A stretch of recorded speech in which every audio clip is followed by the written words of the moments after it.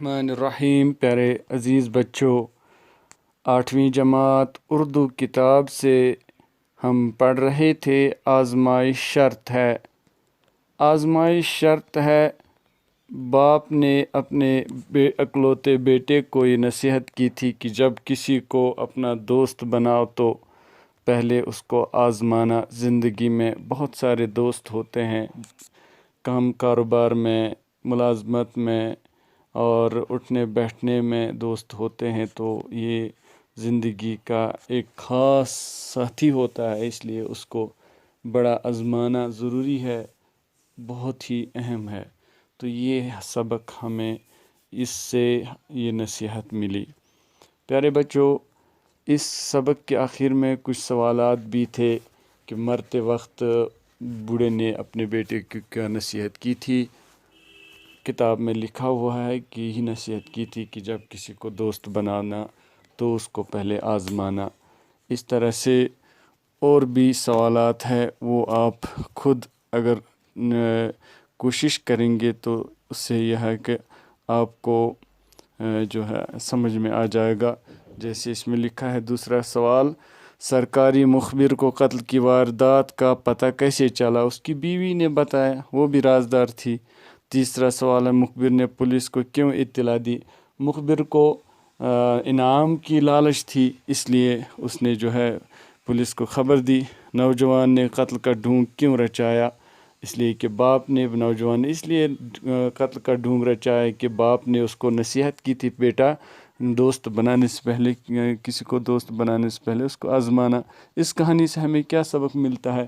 اس کہانی سے یہ سبق ملتا ہے کہ جب بھی ہم زندگی کا کوئی بھی دوست، تجارت کا دوست، تعلیم کا دوست، زندگی کا دوست بنانا چاہے تو اس کو آزمانا چاہیے۔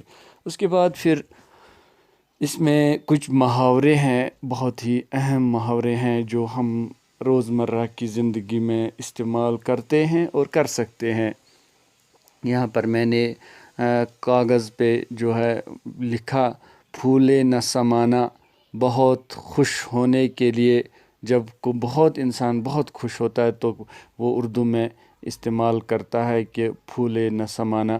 جیسے احمد کی کامیابی پر اس کا باپ پھولے نہ سمائے، یعنی مطلب یہ بہت خوش ہوئے۔ ڈھونگ رچانا، فریب کا جال پھیلانا۔ ڈھونگ کس کو کہتے ہیں؟ فریب کا جال، یعنی کسی کو پھنسانے کے لیے کچھ وہ بنانا۔ تو کہہ رہے کہ بیٹے نے دوست کو آزمانے کا ڈھونگ رچایا۔ اسی طرح یہ جملے میں استعمال ہوا۔ پھر باغ باغ ہونا، خوش ہونا۔ باغ باغ ہونا، میرا دل آپ کو دیکھ کر کے باغ باغ ہو گیا، گویا تم کو بہت دنوں کے بعد دیکھ کر میرا دل باغ باغ ہو گیا، یعنی خوش ہونا۔ چوتھا محاورہ ہے الٹے پاؤں لوٹنا۔ دشمن اپنی سازش میں الٹے پاؤں لوٹ گیا، یا بھی کافر اپنی کوشش میں الٹے پاؤں لوٹ گیا۔ ناکام لوٹنا، ہکا بکا رہنا، یہ حیران ہونا، جب انسان حیران ہوتا ہے تو اس کے لیے ہکا بکا بولتا ہے۔ تو ماجد اپنے استاد کو دیکھ کر ہکا بکا رہ گیا۔ اسی طرح سے چھٹا محاورہ ہے دل برداشت ہونا۔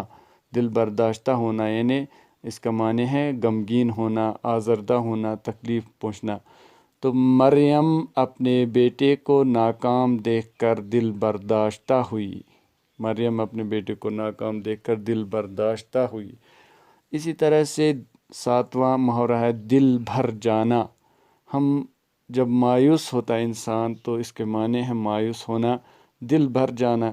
ایک باپ اپنے بیٹے کو سمجھاتا ہے، بیٹی کو نصیحت کرتا ہے، بیٹا ایسا کر ایسا کر، تو وہ نہیں مانتا ہے، تو اس وقت بھی کہتا ہے میرا دل تو تجھ سے بھر گیا۔ تو یہ بیٹے کی بار بار ناکامی پر باپ کا دل بھر گیا۔ تو یہ جملے میں اس طرح سے بھی استعمال کر سکتے ہیں۔ 8واں جملہ ہے، اپنا الو سیدھا کرنا۔ اپنا الو سیدھا کرنا اس وقت بولتے ہیں جب مطلب ہوتا ہے، مطلبی ہونا، چاپلوسی کرنا۔ کہہ رہے کہ سیاسی لوگ قوم کا ووٹ بیچ کر اپنا الو سیدھا کرتے ہیں، یعنی اپنے آپ کو خاص بناتے ہیں، دوسروں کا جو بھی ہو جائے اس کا کوئی وہ نہیں، اس کو مطلبی کہتے ہیں، اس کو اردو میں محاورے میں الو سیدھا کرنا۔ اب یہاں پر میں نے کچھ مذکر مؤنث اور ضد ازداد دیے ہیں۔ مذکر مؤنث لڑکا لڑکی، بیل گائے، ڈاکٹر ڈاکٹرنی۔ ضد ازداد آسمان زمین، رات دن، اوپر نیچے، کالا سفید۔